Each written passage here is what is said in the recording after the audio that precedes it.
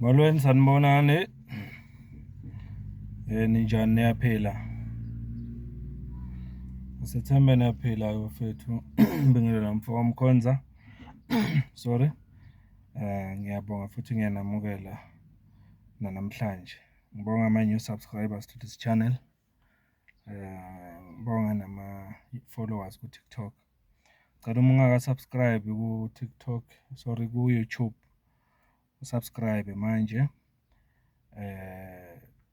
Ukuze siqhubeke sikhulisa le channel kanjalo na TikTok. Please do follow. Ngiyabonga. Izolo May 14 November 2025 sithole isecular evela ehhovisi le MK Party ebeyichaza ngemeeting ebekhona phakathi kuka President Zuma nama officials MK Party kanjalo necaucus yase parliament. In fact uZuma benama officials wakhe, national officials bebehlangene nama member eParliament MK Party yilokho nje. So ngiyazi ukuthi abaningi bakuzwile lokho futhi sebeyazi ukuthi ibithini lencwadi noma le secular evela kwihhovisi le MK Party. So mhlambe makuwukuthi ubungazwanga mhlambe sizothi ukuchaza nje kancane si summarize okwenzekile bese sithi ukuxoxa ke ngakho. Into eyenzekile ke ile njoba sengichazile beku President Zuma nama national officials sho ukuthi laba balapha phezulu ku MK Party abahola le organization behlangene ke nama member parliament. This was a political engagement, meaning bebazo khumbuzana ngezinto ezithize noma ezithile zokuthi iorganization isebenza kanjani. In short, iconstitution ye MK Party isebenza kanjani and everything inqubo okufanele kusetshenzwe ngayo ku MK Party and all that.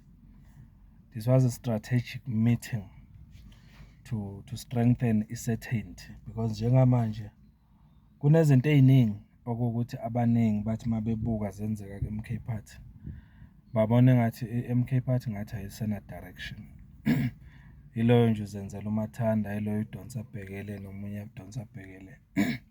So ke le meeting beyikuyolungisa into efana nale ukuthi lapha eParliament kakhulukazi kufanele kube nokuqiniseka ukuthi izinto ezenzeka khona ziqondile. Azishiye futhi abantu benemibuzo eminingi nengaphenduleki ngokuthi kwenzakalani eParliament. So bebawulungisa izinto ezifana nalezo ke njengoba bebakule meeting. So ukubalekena kakhulu le meeting le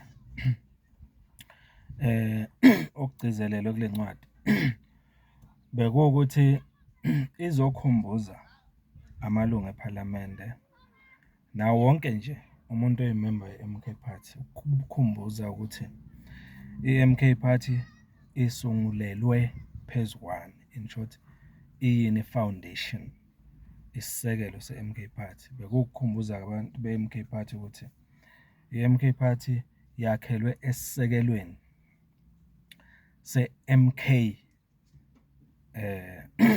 leya yangalezi ayikhathi yayilwa nobandlululo ukuthi kwakubaleke kangakanani ngaleso sikhathi ukuthi amasosha eMK noma ama member aleyo MK abe disciplined, sho ukuthi aqonde azithobe kwi leadership and all that. So beyukuqondisa ngithi uyabona ukuthi imoto for example imoto uma ngabe iloku ihamba emgwaqweni mayeloko ihamba kunama humps kunezigodi and all that. Mayilokhu ishayisa igodi imoto mayihamba yeqa nama-humps, kukhona iy'nsimbi ey'shiftayo kancane kancane lapha ekugcina kwenza ukuthi mhlampe imoto ihambe isikekela noma mhlampe kugcine sekudleka amasondo ngendlela engekho right. Yingakho kuye kudingeke lento ebizwa nge-alignment. Shothi uyise imoto lapha ku-service uyothola i-alignment ukuze buyiselwe zonke izinto ku-position, iqhubeke imoto ihamba straight. Bekuyinto efana naleyo-ke kule meeting le. Singasho nje sithi bekuyi-meeting ye-alignment. Ngisho ukuthi i-MK Party beyiku-service izolo. Bekuyo-alayinwa noma kuyoqondiswa izinto ey'thile ikakhulukazi lapha ePhalamende ukuthi zihambe ngendlela. Uyayibona? So-ke kusho ukuthini-ke lokho kuba disciplined to align ama-member ukuthi abe disciplined. Kusho ukuthini? Kusho ukuthi kufanele kukhunjulwe ukuthi kuleya MK Party yasemuva noma le eyayilwa nobandlululo kwakwenziwa kanjani. Lapho siyakhumbula kwakunokhomanda kube namakhomisari angaphansi kwakhomanda. Kusho ukuthi labo bantu labo kumele babe disciplined.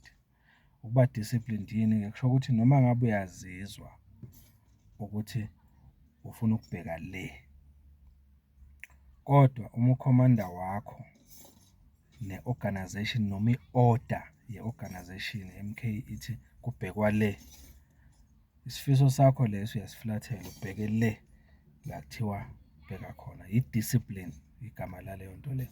Kusho ukuthi akwenzeki iy'fiso zakho, kwenzeka iy'fiso zale organization oyijoyinile. Ulandela ama-instruction ekhomanda engaphezu kwakho. So bekukukhumbuza nje amalunga e-MK Party ukuthi i-MK Party yakhiwe phezu kwaleso sisekelo-ke. Ku-MK Party njengamanje, yebo ikhona i-democracy but i-limited okwamanje. It's limited ngamabomu. I-limited ngamabomu because kufanele yakhiwe iqonde le nhlangano. Yebo. In short, ama-rights wakho as an individual kule nhlangano ezamuva kulokho okufanele ukulalele noma ukuthathe okuvela kwi-leadership ye-organization, uthanda ungathanda. So bekuwukuthi bakhunjuzwe izinto ey'fana nalezo ePhalamende ukuthi ibaluleke kangakanani lento ekuthiwa i-organizational coherence. Yebo? Organizational coherence, ukuthi izinto njengoba bengichaza nge-alignment, uma kuthiwa i-coherence sho ukuthi izinto zihambisane straight from emuva kuya phambili na from phambili ukuya emva, konke kube straight, kungabi khona la kufike kubhimbe khona along the way. Kufanele in short mangabeka ngolimi lwe-system yebhola, kufanele ukuthi kube nama-striker, kube ne-midfield, kube nama-defender no-goalkeeper-ke emuva. Konke kufanele kube straight. Bonke labantu labo badlale ibhola ngendlela abanikwe ngayo instruction ucoach wabo ukuthi nizodlala le system le. Uma ngithi nidlala i-4-4-2, angi-expect-anga ukuthi mase niphakathi nginibone senidlala i-3-5 kuthiwa yini, 3-5-2. No, akufanele nenze kanje, kufanele nenze lokhu engikushilo. Yiloko umsholoza bezoba khumbuza ngezinto ey'fana nalezo laba abangamalungu ePhalamende ngokubaluleka kwe-collective leadership principle. Yabo? Collective leadership principle, ukuthi iy'nqumo awuzenzeli wena uwedwa kwi-MK Party. Awuzenzeli iy'nqumo, kufanele uconsulte, kufanele uxoxe nama-colleagues akho onawo osebenza nawo. Kodwa okubaluleke nakho konke, ayenziwe i-decision izibe final inga-appruvwanga phezulu u-president nama-national officials.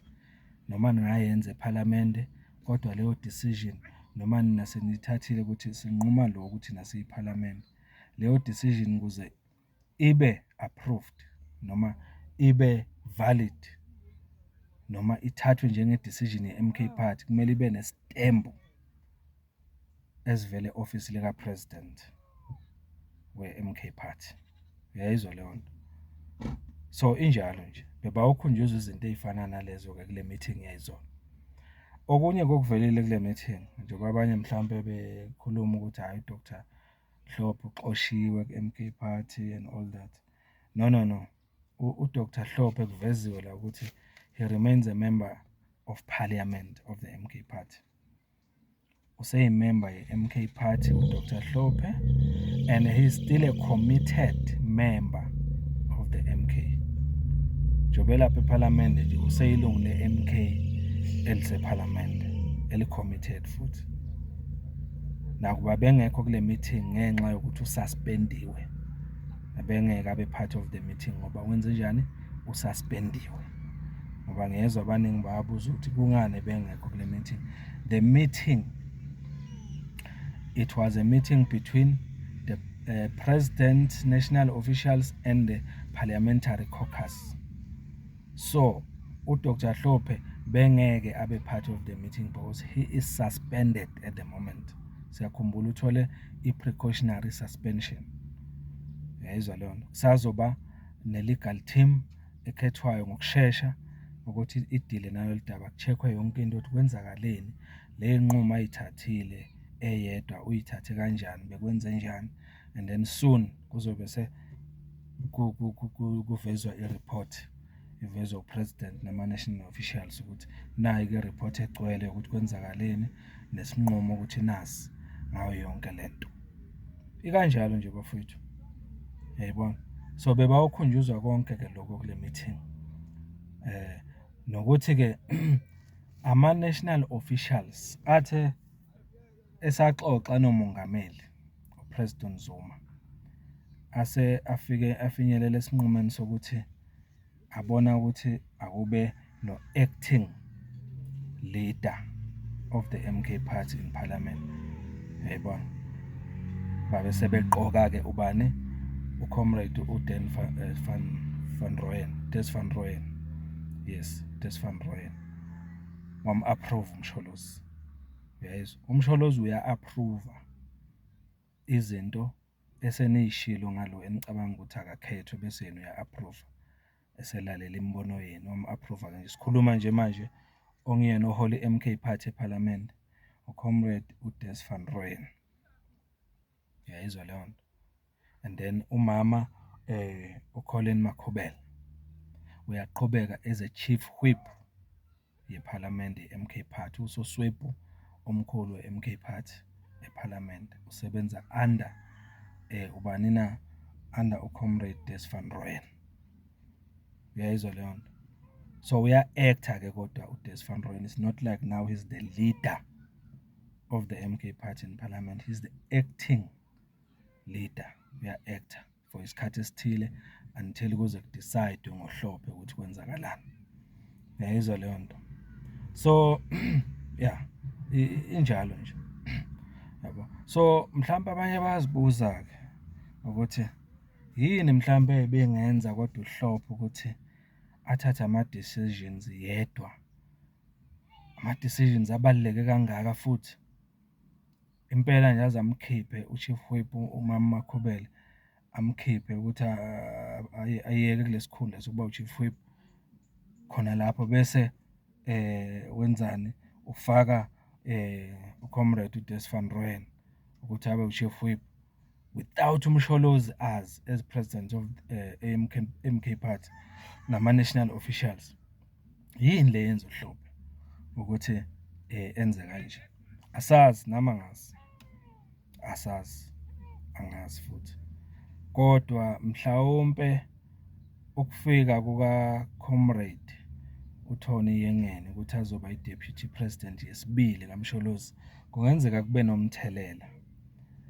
Although singafuni ukugesa but sesiyacabanga nje ukuthi nako lokho kungenzeka ukuthi kube nokuthi mhlawumbe usengatholi i-clarity mhlawumbe uHlophe ukuthi ubaba uYengeni kuza kanjani mhlawumbe naye azoba i-deputy president ngoba ukhona yena uHlophe. We don't know. Lokho sizokufind out uma sekwenzeka lama deliberations kwi hearing kaHlophe asazi ngoba mhlawumbe sikubuka phela ngokuthi mhlawumbe ngoba umsholozi abese eBurkina Faso ngapha ebesele ubaba uTony Yengen as the second deputy president. Okusho ukuthini? Okusho ukuthi whatever decision ebeyenziwe eParliament bekufanele consultwe at least ubaba uTony Yengen basebenzisane nobaba uHlophe ukwenza le decision eyenziwe uHlophe eParliament. So uma uHlophe engamconsultanga even uDeputy President uYengen ngandlela thile lokho ngeke sibe siyale nale kubonisa ukum-undermine noma kubonise ukuthi mhlawumbe ngandlela thile akamboni njengomuntu okufanele amazise izinto ezifana nale ngoba before kufika uYengen ebengakwenzi lokho uHlophe ebengakwenzi onke ama decisions abethathwe eParliament consulta umsholozi nama national officials approve lawo ma decision.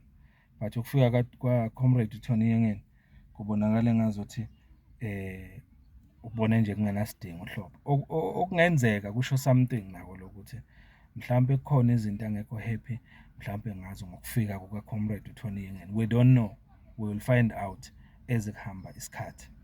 Kodwa nje kufanele ukuthi ubaba uHlophe lapha ekhona akhumbule ukuthi kubaluleke kangakanani ukuba disciplined nokuthi azithobe kwi-leadership ye-MK Party.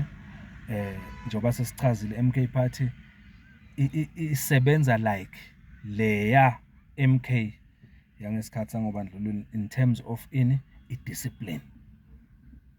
Yayibona kufanele ukuthi abangaphezulu kwakho ngaso sonke isikhathi uqhubeke ubazisa ungazenzeli izinto iba discipline ngoba kwesinye isikhathi lapha kwakungenzeka ukuthi ngalesa sikhathi kule MK yakudala isosha ngemistake ye-social load kugcine kungena amanzi endlini ngokuthi nje i-social load alilalelanga instruction ye-commander kugcine kubangela ingozi onke amasosha ngomuntu oyedwa.